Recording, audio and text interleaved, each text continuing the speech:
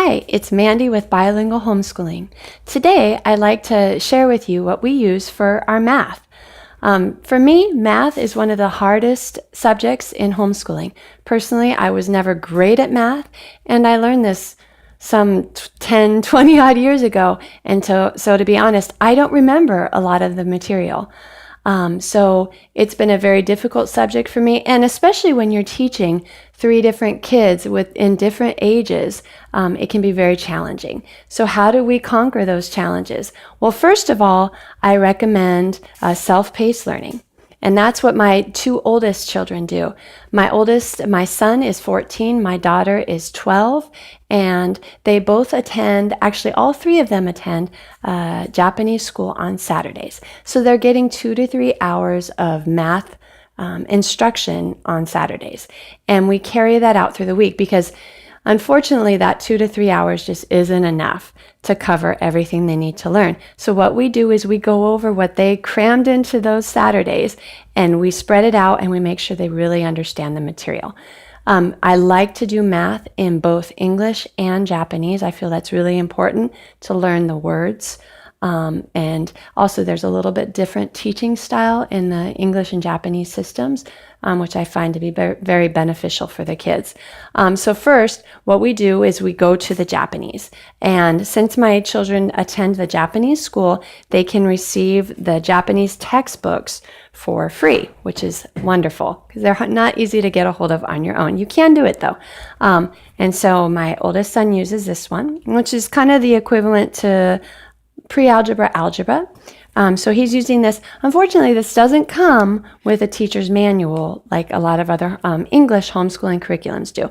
So I looked into that and I found this wonderful guide book that gives you all the answers to this textbook and also provides a very easy to understand explanation. So I use these 2. My son doesn't like it when I sit down with him and we learn together.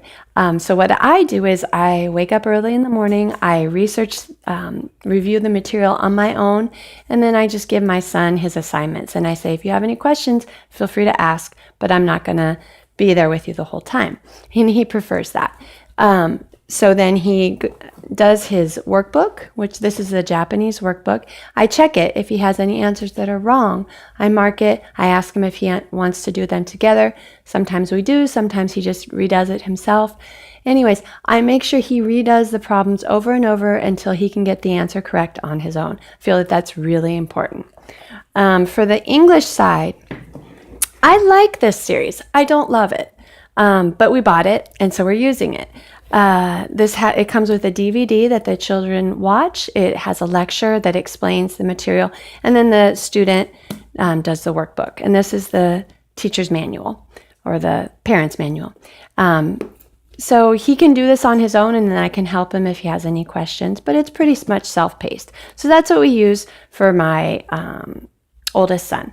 Now for my oldest daughter, we use, again, the textbook that we received at Japanese school, and we have that with the guidebook that I purchased.